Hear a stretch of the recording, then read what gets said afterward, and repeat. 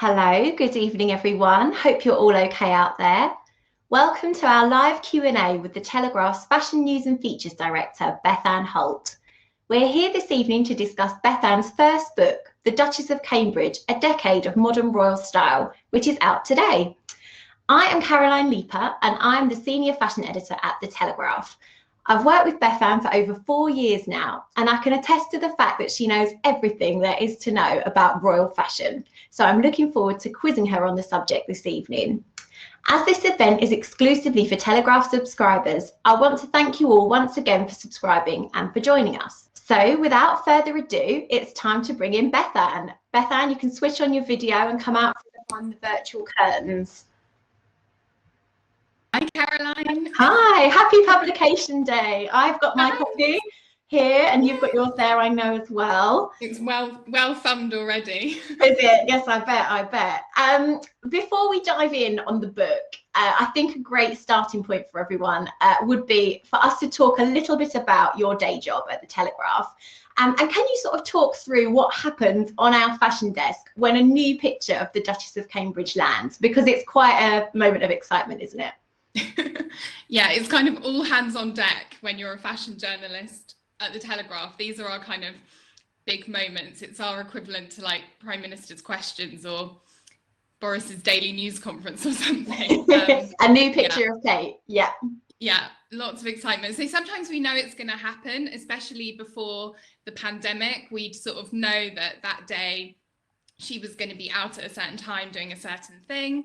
So we would, at that moment, be kind of keeping our eyes peeled. We have a great picture desk who might be sending us pictures as they come in.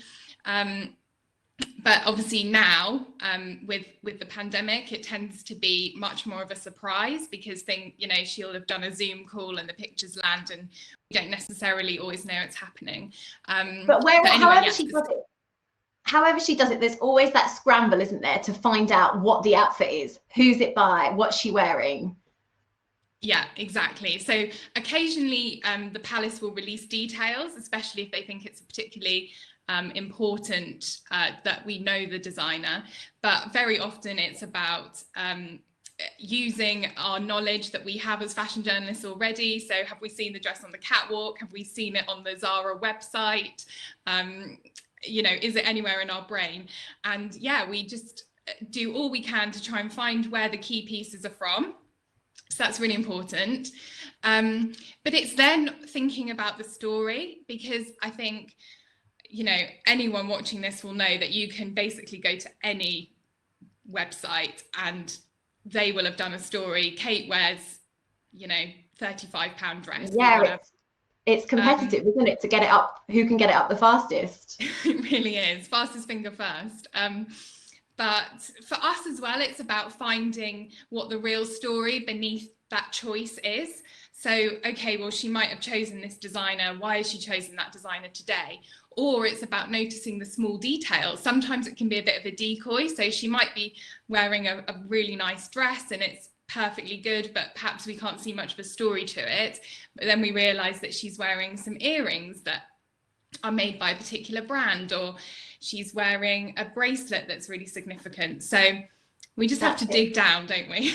It's never just a dress, as they say. In your book, you actually call kind of your interest in the Duchess's style a professional obsession. So is it fair to say that your job has kind of fueled your interest in charting royal fashion and has also ultimately led you to writing this book?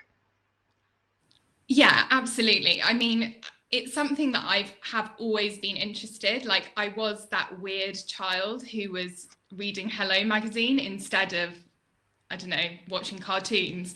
So I have, there's always been something in me, and like in my family, loads of us love style and clothes, and so that's always been there in the kind of royal interest. But when you work at the Telegraph, obviously royals are such a huge part of our coverage. So as soon as I arrived, I could just totally indulge that kind of interest that I had. Yeah, you found your home.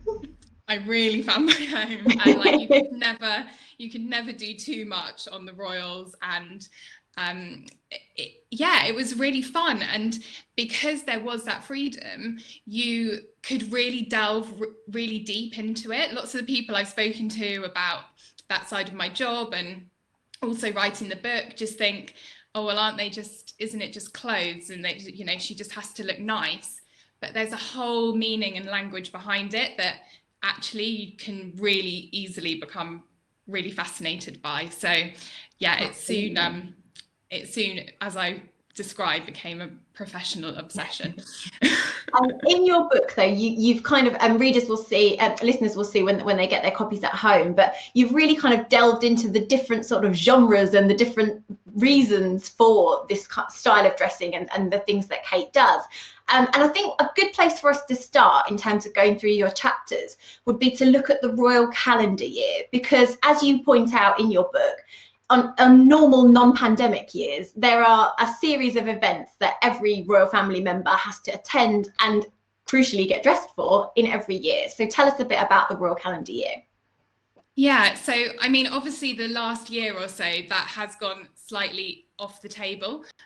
We haven't been able to have, sadly, Trooping the Colour or all the family going to church on Christmas Day. But when I was writing the book, there was certainly enough material from the last 9 years before that to really track those things that she has attended each year. And I found that really interesting because it gives you a really great insight into how her style has developed over that time. So, for example, you could look at Christmas and her first few Christmases. She was quite sort of low key, dressed in a very kind of how we might all dress if we went to church on Christmas Day, a perfectly nice coat.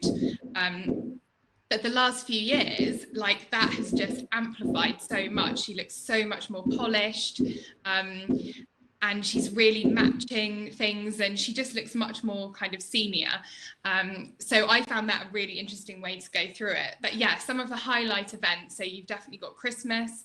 Obviously that's, you know, a day where all the family is together. It's this really festive spirit, and there's always a bit of tartan or red or a bit of Christmassy green in there. Yes, there's certain codes, aren't there, that you can kind of predict that you would see each year. Yeah, that's right. And then I guess one of the big first events during the year in March, there's the Commonwealth Day service, which is maybe not so well known, but that's something that Kate's been going to for the last few years. My favourite month is June, I have to say, because so much happens in June. So there's the Trooping the Colour, which is just such a kind of glorious occasion, you know, all the kind of pomp and ceremony that, you know, the royals are just really good at. But then you always get that lovely kind of balcony shot as well of all the family together. Often there might be a bit of coordination. There's definitely coordination now that Kate and William have their children. They're always kind of matching. Yeah. So yeah, Trooping the Colour is always a fun one. And then a few days after that, you go to Royal Ascot, which I think is the Queen's favourite event. So it really feels like a proper, it doesn't feel like something they're doing for duty. It feels like something they're doing because, you know, the Queen / their granny really loves it. I think we've got a slide actually at this point with a spread, one of the spreads and the pages from the book to show everyone at home. We do. And I think we've got a poll as well, haven't we? I think at this point. So we thought it might be fun to ask everyone. So this is, Kate at Royal Ascot in, the first one is in 2016. I think it's the first time that she went to Royal Ascot. And then the blue one is in 2019. And what I love about the way that Kate dresses for Royal Ascot, the first couple of times that she went, she was in white lace both times. So she's really doing that kind of My Fair Lady. That was her sort of inspiration, I think. But then she kind of took it up a notch. I can see everyone's voting. This is so exciting. I know, they're coming in thick and fast, aren't they? Wow. But Eli Saab is winning at the moment. I like it. Yes, so we've got Dolce & Gabbana in the white and Eli Saab in the blue. So yeah, she kind of uses Ascot as an opportunity to really bring it, doesn't she, with the brands and, you know. Yeah, I mean, I don't know if you remember that day that she was wearing Eli Saab, but we were all just really surprised because, you know, she usually would stick to British designers or, you know, certain favorites for a big event like this. But she really went all out with Eli Saab, which is, you know, a Beirut-based designer, a real favorite of kind of Middle Eastern royalty. And she just looked very incredible. expensive. Yeah. I mean, I actually, I really wanted to get this look onto the front cover of the book, but it just didn't quite work with the colours and the angles. But yeah, she had this beautiful Philip Tracy hat with the big rose and the dotted skirt, silver stilettos. Yeah, I mean, it was pretty much the dream Ascot outfit, I'd say. Definitely. I think we're going to leave the poll running. So if you haven't voted yet, we'll come back to that to see what the answers are later. But Bethan, I will we'll move on the slide because I think the next thing I'd like to ask you a bit more about is diplomatic dressing, which is something that I know is one of your favourite topics to write about at the Telegraph. So it was no surprise to me that this got lots of coverage in the book. But Kate's kind of mastered this art, hasn't she? Can you explain to everyone at home what diplomatic dressing is? Yeah, so this is where Kate really is not like you and me. Because for us, it, you know, obviously we may want to, you know, if it's summer, wear a bright colour, or if it's winter, wear a more wintry colour. But this is where her power as a royal really kind of flourishes, I would say. So when this is especially when they go away on tours, she dresses to flatter the country that she's visiting. So that may be by commissioning a designer from that country to create outfits for her. It may be by wearing certain colours that pay respect to that nation. It may be through her jewellery, it may be through the craftsmanship that's on the pieces.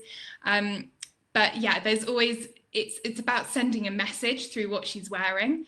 And I think that's why I find it so fascinating, because I think it shows the power of clothes. People can dismiss, you know, clothes as sort of frivolous, but if she is able to kind of elevate a designer, you know, I spoke to lots of designers who have dressed her for these kinds of moments, and they were just so ecstatic to talk about it and the incredible effect that it has on their business. And it gives them this kind of worldwide acclaim, because people around the world, it's not just in the UK that we're interested, it's people around the world. And that was especially evident really with their Kate and William's first tour that they went on to Canada.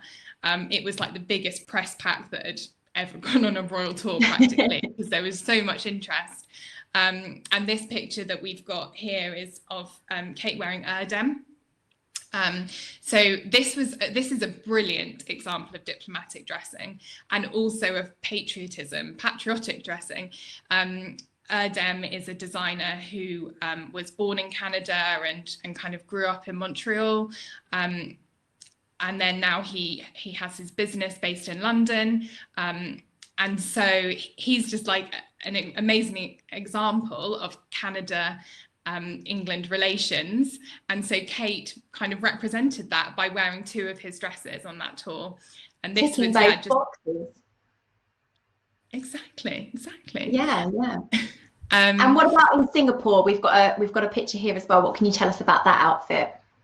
Yeah, so in this picture, she's wearing a dress by Prabal Gurung, who lots of people might associate with being kind of a New York designer who's a favorite of Michelle Obama. But he was born in Singapore, so you know, you just have, and there's lots of beautiful floral details that are really significant there as well. That's another aspect that we often see in diplomatic dressing as well, picking out the country's national flower as well. So yeah, and I just love that, because that was quite a daring dress, that Prabal dress. At this time, you know, Kate was still kind of finding her style feet a little bit, and she, you know, she was still exploring her style, and this was quite bold and quite exciting, which kind of made that diplomatic message even better, because the look kind of went all around the world then. Yeah, absolutely. And obviously tours are a great time and royal tours for Kate to experiment and to try new brands and to try new things. But as we all know, there are certain brands that the Duchess goes back to again and again and again. So what can you tell us about that? Because she's not the only royal who has kind of designers and people that she turns to all the time. So what do those relationships mean to the royals? Yeah, well, those relationships are incredibly important, because it's, you know, this is no normal wardrobe. These clothes have got to perform, and I remember you know, reading about Catherine Walker, who was Princess Diana's kind of go-to couturier, and it was really a matter of practicality as much as anything. You know, you need to be able to say, right, I need, you know, 7 ball gowns, you know, 8 formal day outfits, and I need them by next month. So you need a designer that can really deliver that. And for the Duchess of Cambridge, I think one of the key ones of those is obviously Alexander McQueen, or Sarah Burton of Alexander McQueen, which is such a brilliant story, really, because obviously Sarah designed the Duchess's wedding dress back in 2011. I think we've got a picture of that. Let me just find it. Yeah. There we are. Yeah. So I mean, this was like such a beautiful fashion moment, and an amazing example of British craftsmanship. All the embroidery, all the handiwork was done at Hampton Court, and it was just such a kind of timeless dress, but it also had just slight elements of daring to it, which were kind of signature of McQueen. So I don't know if anyone remembers that sort of bustle detail at the back, and it was just a really beautiful marriage in a way of tradition and modern fashion, and so that was a kind of brilliant starting point for the relationship between Kate and Alexander McQueen, which kind of endures to this day. And it's, you know, even as Kate's style and her requirements have changed over the years, McQueen has been able to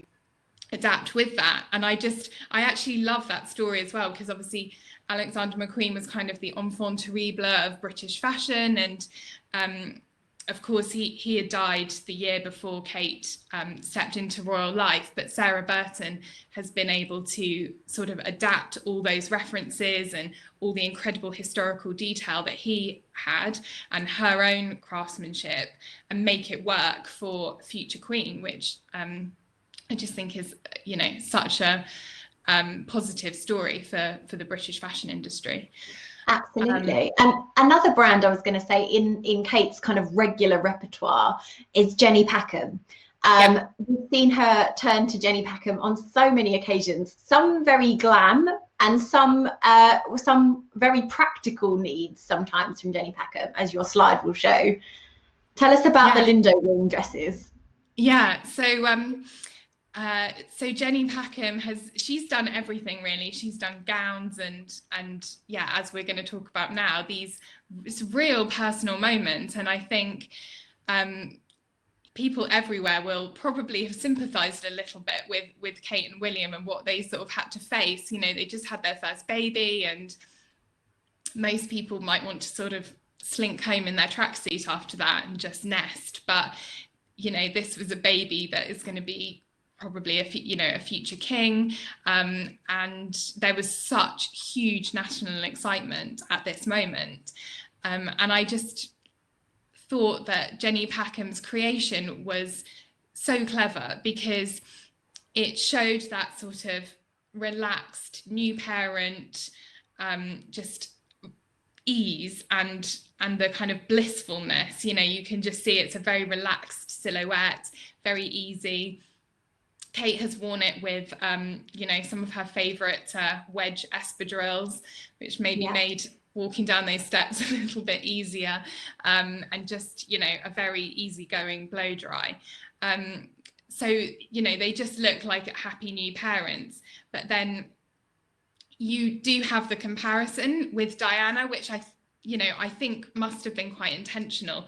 The pattern on Kate's dress is polka dot, and Diana's Catherine Walker dress that she wore when she was bringing William home from hospital was also a polka dot blue dress as well. So, I mean, obviously you're having a boy. There are rumours that there was a pink alternative to this dress if the baby had been a girl. Obviously we didn't even get to see that with Princess Charlotte, but I just thought this dress encapsulated really well the sort of push-pull that there must be of the personal and the public. Yeah, it was nice. They were obviously really pleased with the reception of it as well, because of course she wore Jenny Packham again for Princess Charlotte and then for Prince Louis again, but all in different colours, which was quite, it just shows, doesn't it, the thought that goes into that storytelling. Definitely, and I think we don't have the pictures of the other looks, but there's different messages for all three children. So you know, whereas this one here is quite relaxed. With Princess Charlotte, I mean, the dress was white. She was wearing quite high heels. She had a major blow dry. She looked seriously glamorous, and I mean, this was like hours after she'd given birth. It was the same day. So that was a real like power woman, regal moment. Quite a moment, that she had with that one. And then with Prince Louis, I mean, I can't get over the Prince Louis outfit, because he was born on St. George's Day. So I don't know how she sort of orchestrated that. And then they left hospital. She was wearing a red and white dress by Jenny Packham with a little lace collar. And again, those were the same colours that Princess Diana had worn leaving hospital with Prince Harry. So again, you had the personal and the patriotic in one outfit, and you can see the progression between those three looks, obviously, and what the sort of intention was behind them. Yeah, it all comes together, doesn't it? I need to ask you, does she always get it right? Does she ever get it wrong, Bethan? Well, I think in the book, there might be two examples where, you know, I don't think we can say that was a fashion disaster, but there were sort of questions around the outfits. So one of them was when she went to India and she wore a sort of £50 high street dress. It was like from the British High Street, to visit some very poor kind of areas of India, and it had a print, an Indian print on it, and there were lots of questions about whether it would have been better just to wear a dress by an Indian designer. If you're going to use the print, you know, make sure that it's kind of profiting people in India. So there was a question mark over that. And then one of the most interesting, and I mean, I can't imagine the sort of conversations that might have happened over this outfit, because it was such a big moment that was happening in the world, was it was when the BAFTAs declared that they wanted to do a black red carpet to sort of honour the Me Too movement. And obviously it was the Time's Up campaign. They wanted to say that, you know, an end to kind of sexual abuse and sexual violence, particularly in the film industry. And so they asked everyone attending to wear black. So Kate had this dilemma. Does she wear black and potentially be seen to be giving a political message? Lots of people might say it's not political. You're just saying that, you know, you don't agree with sexual violence, which I think we'd all agree with that. But, you know, she would have been putting herself as part of that campaign in a way. Or does she kind of not do that and be seen as shunning the request? So I'll show you what she did in the end. Thank particularly tricky to navigate. Yeah, here we go. So Ah. this is what she went for in the end.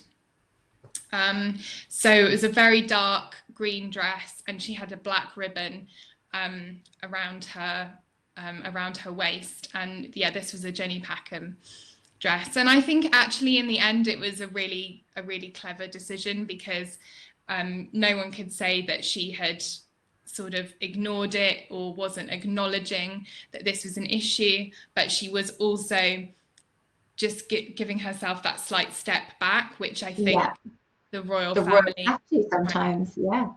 Yeah, absolutely. Exactly. Yeah. You have dedicated a whole chapter to Kate's high street hits. So can you tell me a little bit about that, and why that is so kind of novel of her and so interesting that she does that? Because is she really the first royal in high street?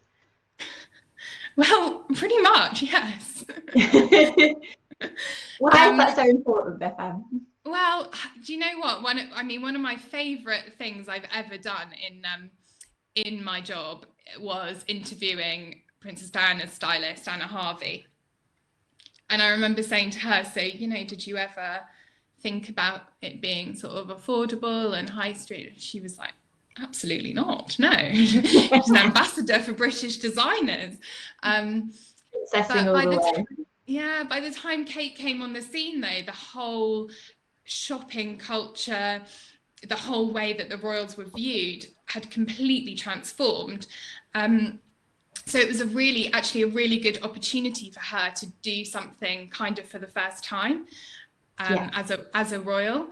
And yeah, I think lots of us will remember those engagement portraits. This is the future king and queen, and Kate's wearing, a Reese dress and a Whistles blouse that, any girl could go out and buy in her lunch break, which I think was a really powerful message, but also really set out the kind of royals that William and Kate wanted to be. They realized that this sense of normality and relatability was really important. And I mean, Kate wearing Zara or Topshop is, as important as how they occasionally talk about, getting a takeaway curry for dinner, or watching Strictly, or they're just like us. Box set. Yeah, they're just like us, aren't they? I've always thought that.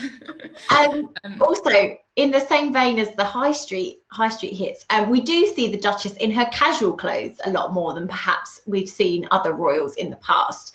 So is that again a kind of a way that not that she intentionally makes herself more endearing to us, but she does, doesn't she, whether she means to or not? Yeah, totally. I think it's another way to show her interests as well. I mean, obviously we do hear a little bit more from the royals, especially since they've been doing all these Zoom calls. They've been having to have conversations.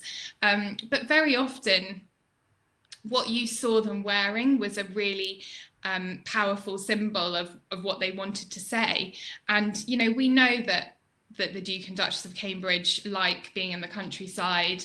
They've talked about how they just love nothing more than, gardening with their kids and stuff. So it's all part of the branding. It's Team Cambridge, it's brand Cambridge, and that's about getting back to nature. The royal family has always had this sort of association with the countryside, but often we've seen that perhaps more of them in their kind of sort of hunting gear or something, whereas this is much more like going for a hike, and it also is the kinds of engagements that she does as well.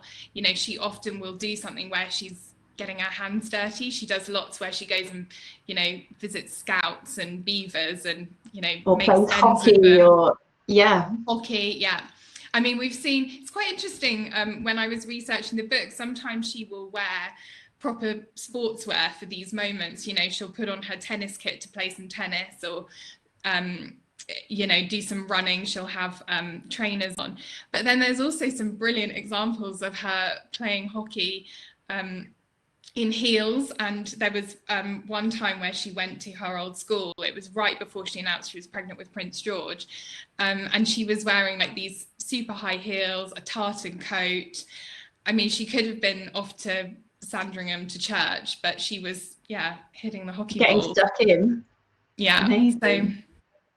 How does that kind of attitude kind of compare to Princess Diana, who of course everyone knew as the people's princess? How do the two compare for you? This is a really tricky question, and something that I really sort of wondered how to address it in the book, because inevitably, as soon as, even before Kate and William announced their engagement, people were talking about the comparisons to Diana. If Kate wore something that looked even vaguely like one outfit Diana ever wore, which, to be honest, is really easy because there are like hundreds of pictures of Diana, you're always going to find some way to compare it. So there was certainly always that pressure, I think. And I think overall, Kate has done a brilliant job of showing that this is who she is, and she is, she's her own person. She's got her own way of doing things, her own way of dressing, and as we were saying, the casual and the high street, she's really put her own stamp on that. But at the same time, I mean, as we looked at the pictures on the Lindo Wing steps, I think we might have another Diana page. Let me just have a look. Another slide. Actually, we forgot to show the High Street page. Oh no. Shall I put that up quickly? Oh, put it up quickly. Oh, there she is in High Street. Yeah. So what's she wearing on the left? So that is so the stripy one is a Sandro top with LK Bennett kind of culottes, and some nice Superga trainers. So that's a really cool look, and you can see that she's progressed her style, but she's still doing it by incorporating pieces from the high street. And I mean, I loved that picture of them the day after they got married. She just had these two incredibly expensive gowns by Alexander McQueen that had taken months of couture handiwork, and then the next morning she walks out in her Zara dress. And why not change it up in Zara? Yeah, why brilliant. not? Yeah, so you just get that contrast. Now you've got the Diana. I have to pay tribute to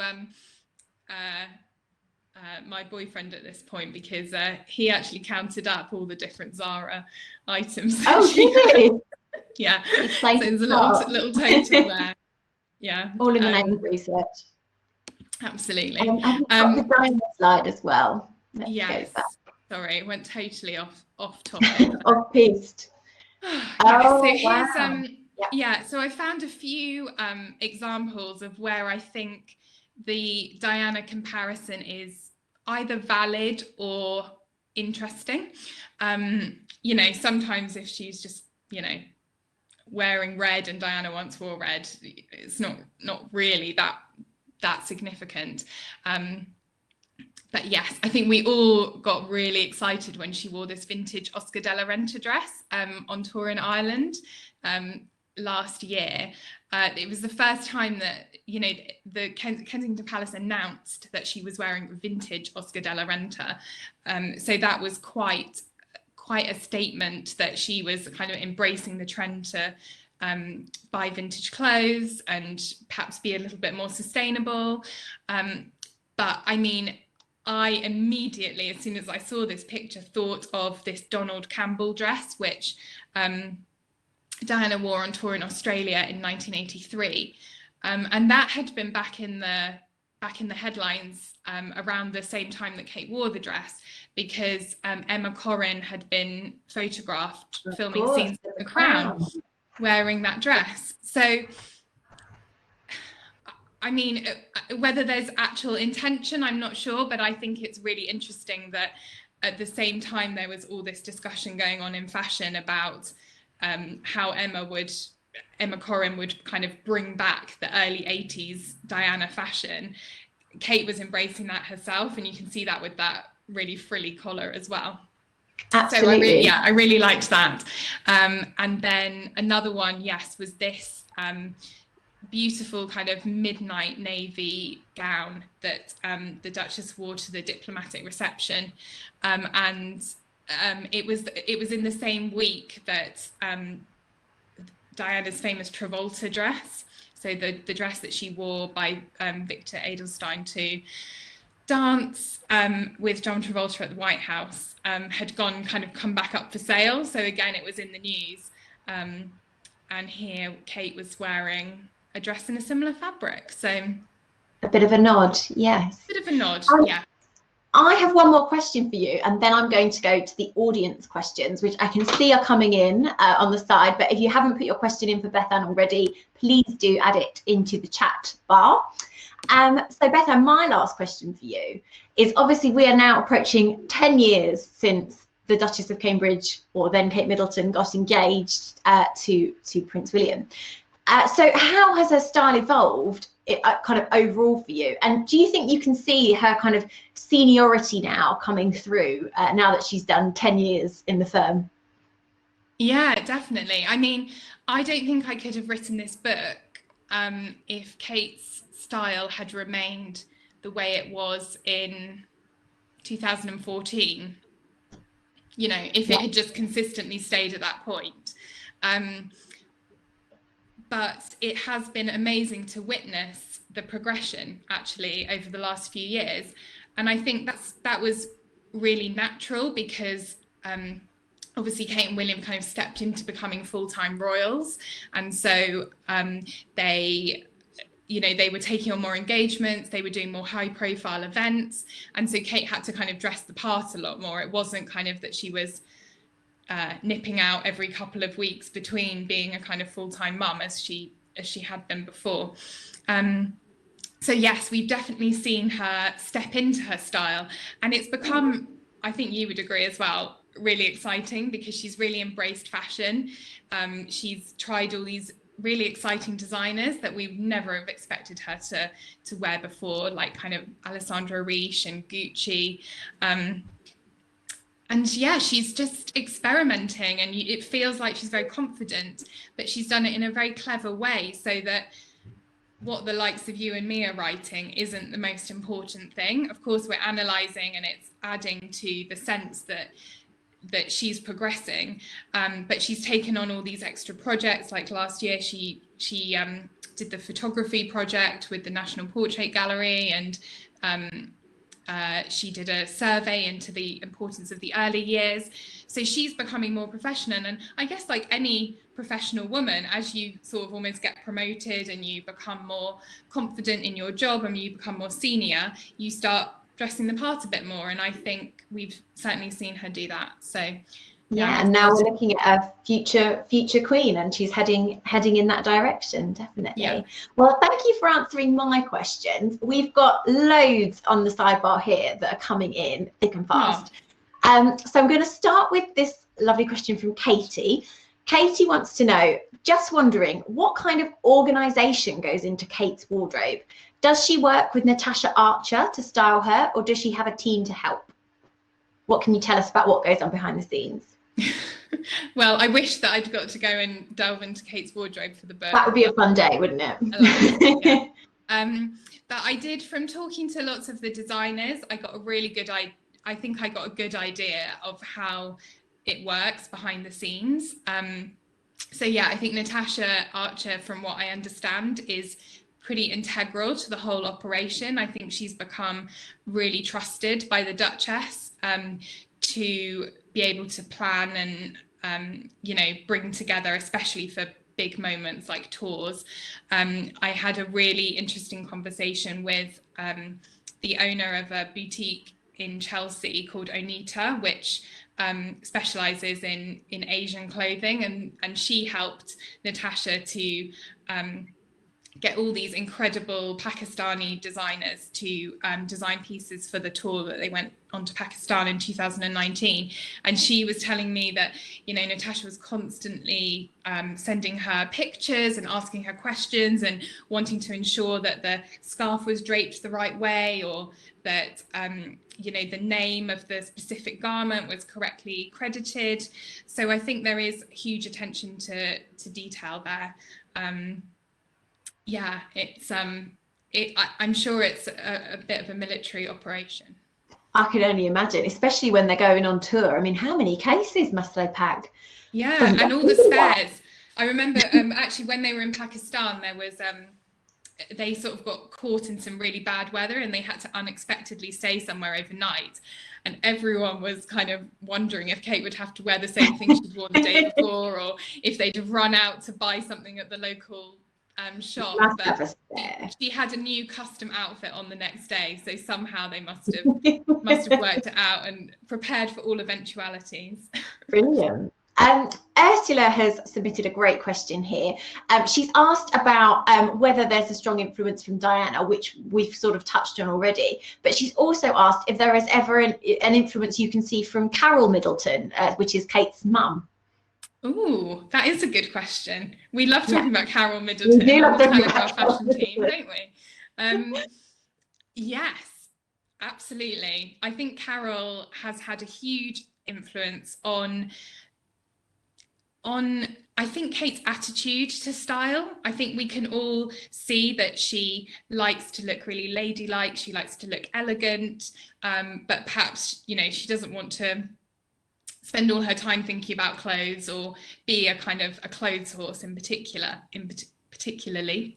And there's actually been loads of really interesting times when we've seen Kate and Carole wearing the same clothes, which is so nice. I think lots of us might share clothes with our mums or our sisters or whatever. So it's nice to see them doing that. I think one of the best recent ones was Kate filmed a video to introduce her the results of her early years survey, as I just said. And you know, this was thinking about the importance of childhood and the influence of parents early in life. And she was wearing a dress that her mum had first worn to Ascot in 2010, and that she herself had worn in 2012, and then she got it out again in 2020. So, you know, it had that really nice generational history behind it. Yeah, absolutely. Yeah, and Carole, obviously, yeah, and her sister as well, Pippa Middleton. You can tell that they're very, very close, and clearly with style as well. It all runs in the family. Yeah. We have a question here from Tamara. Tamara wants to know, how do you think the pandemic has shaped Kate's style, and how has she approached dressing differently? Ooh, that's a really good question. Well, one thing I really loved actually during the first lockdown last year was someone worked out that Kate had, I think, in case you don't know, the rainbow became a bit of an emblem of the first lockdown and of hope, and the NHS, and everyone was putting rainbows in their windows. And someone worked out that Kate had worn every colour of the rainbow over the course of several weeks. So yeah, I'd have liked to have seen that rail actually of, you know, Put it all together, yeah. Yeah, all the different sections. But I thought that was really clever. And yeah, I think obviously she started wearing masks as well. I mean, we've talked about that mask fluencer. Perhaps it's a bit of an sounds a bit weird. It looks fine when you write it, but maybe not to say it. But yeah, it's got this whole collection of kind of pretty masks, and I think the royal family was kind of seen as being really helpful in almost normalizing mask wearing. You know, obviously they became necessary to wear, and before Christmas, when Kate went on the tour of the UK, we saw her wearing a tartan mask that matched her Amelia Wickstead skirt. So yeah, I think she's embraced the idea of using fashion as a way to cheer up the nation. You know, there hasn't been so much of that really dressing up and being really formal, but yeah, just that kind of brightness. Yeah, definitely. Mandy has asked, what was the most surprising thing you discovered about Kate's style progression while writing the book? Ooh, that's a good question. About her style progression. I mean, Yeah, I have said before that the thing that actually surprised me the most was, as I just said before, I spoke to the owner of that boutique about the Pakistan tour, and I'd have thought that, you're going on tour to Pakistan in October, this is going to be a really big moment. You might start planning the outfits in, I don't know, some point in the summer. But they only went in there about a month before the tour started. So there was this kind of mad scrambling to get everything prepared and get all the looks made. And I quite like, because I'm a bit of a last minute person myself, I quite liked that there was a bit that resonated to the whole thing. Another fun question here from Samantha. Samantha said that she's also heard a lot about the Queen's similar use of clothing and how she uses it symbolically, as well as Diana in the past. So is this something that you think Kate is doing more, less, or the same of as her predecessors and peers? And do you think she enjoys it? Oh, I wonder if she does enjoy it. I mean, I'm sure she gets a lot of satisfaction from it. And I think, we've seen her carry on doing it. We've seen her do it in interesting and different ways. I mean, when they went on that tour to Ireland, it was a 3-day tour, and she wore green on the first day, white on the second day, and then she wore some orange. I think actually it was 2 days, but basically she wore a progression of the colors of the flag. So I think maybe they're just running with it. In terms of who she relates to, I think the Queen is a really important influence for sure. I mean, obviously William will be king, but Kate will be his big support, and they'll be side by side. So of course I think she will look to how the Queen has developed her own look and her own wardrobe. And I think you really see that sometimes it feels like Kate has a kind of a uniform. So she has loads of dresses in block colours that she wears, at important moments. And that can just feel like, right, I'm at work now, in the same way that when you see the Queen in a coat and a hat that matches, that's her work. She's on duty. Yeah, definitely. But Kate can still have fun at the moment. She's not, she's not on duty in that really kind of elevated, serious way every day. So it'll be interesting to see if they still carry on that, the more casual or the high street. I mean, will we have a Queen wearing Marks and Spencer's? I mean, that could be quite fabulous. Oh, that would be interesting, definitely. Hilary has asked, do you have a personal favourite dress? And if so, what is it and why? Oh, that's a good question. I've got a few. Obviously, I won't go through all of them. I think one of the best ones was in Canada in 2016. She wore this beautiful red dress by Preen, and it just fitted beautifully, had a really gorgeous neckline, and she wore it with the Queen's maple leaf brooch. And I think just that whole look was just so elegant and so chic. And then last year as well, she went in Ireland again. She wore The Vampire's Wife. So she wore this emerald, twinkly cocktail dress, by this brand that, until then had really been synonymous with Kate Moss and Alexa Chung, and was very cool. It's owned by Nick Cave's wife.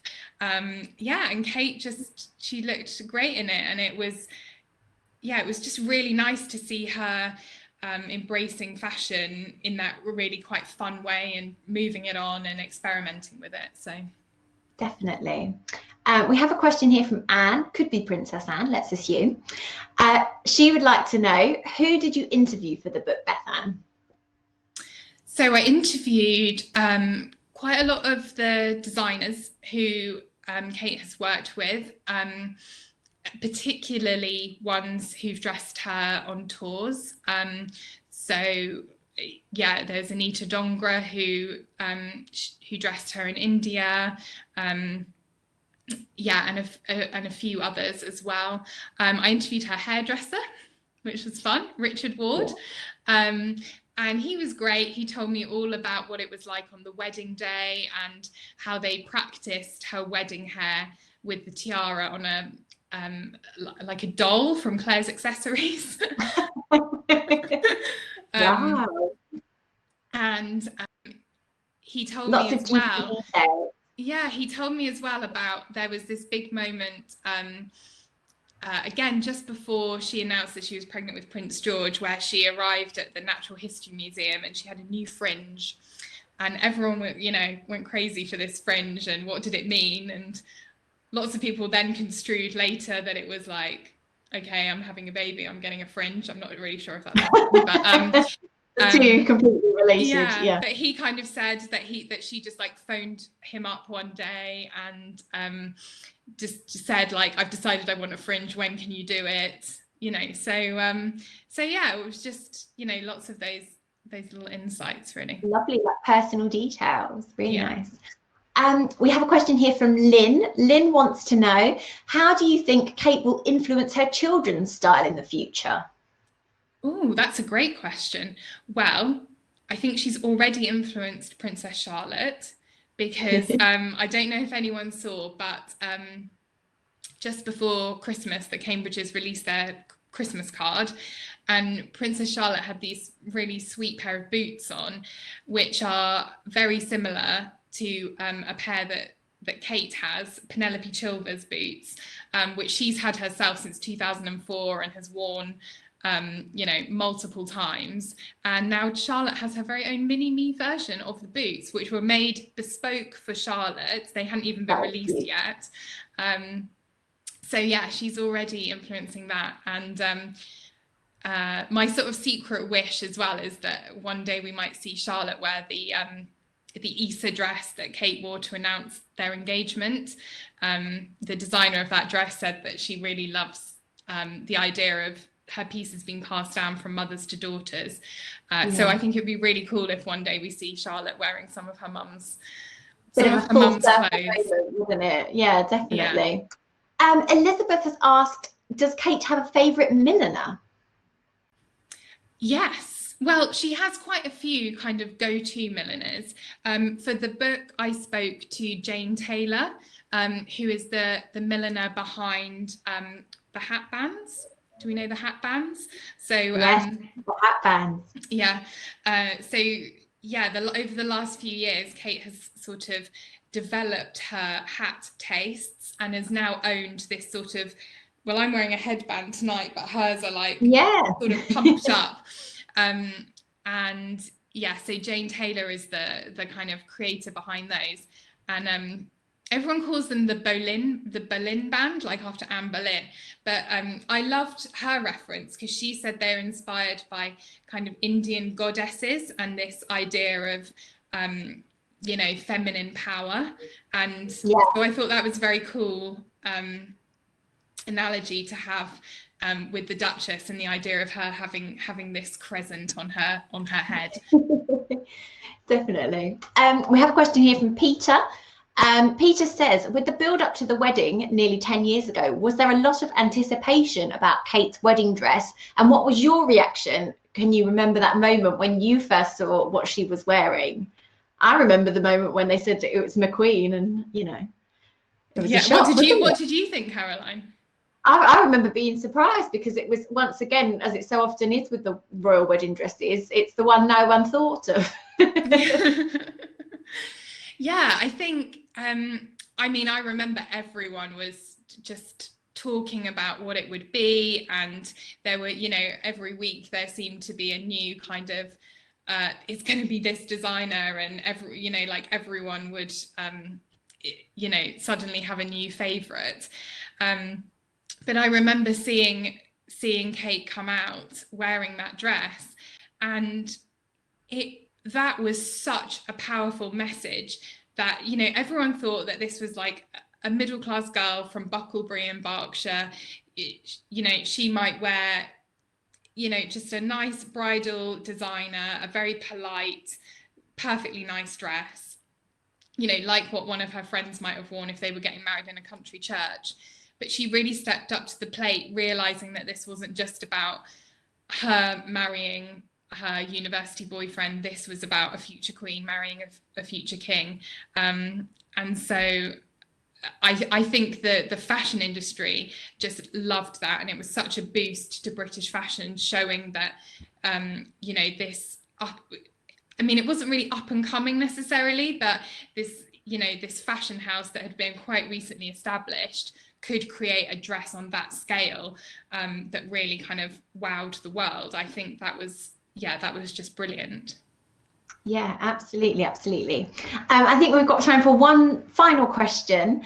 So I'm going to go with Jill's question. Jill has asked, how do you see Kate's style evolving over the next 10 years and beyond? What do you think we will see her in next?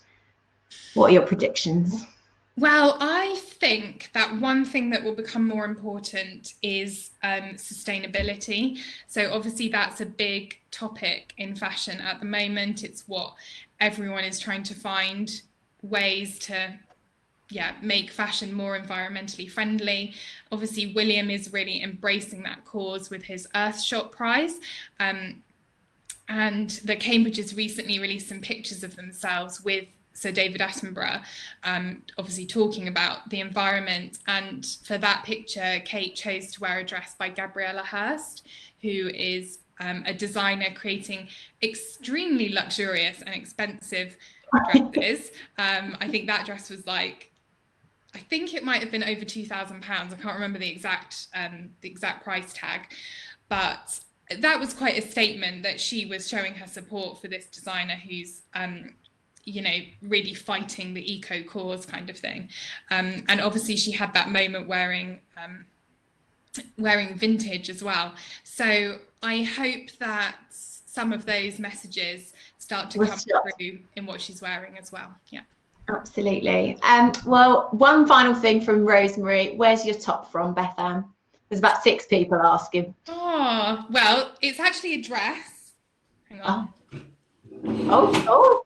She's up. She's given us a purple bone. And I've actually rented it. Speaking of eco, I rented it from this site called Her, Hurr. I've had this dress on my Matches fashion wish list for several months. It's very expensive, but I've rented it especially for tonight. It's by Saloni. Very nice. Well, thank you for answering all of our questions about the Duchess and about yourself. So thank you very much, and good night, everyone. Thanks so much, everyone. Bye. Bye. Thanks, Caroline.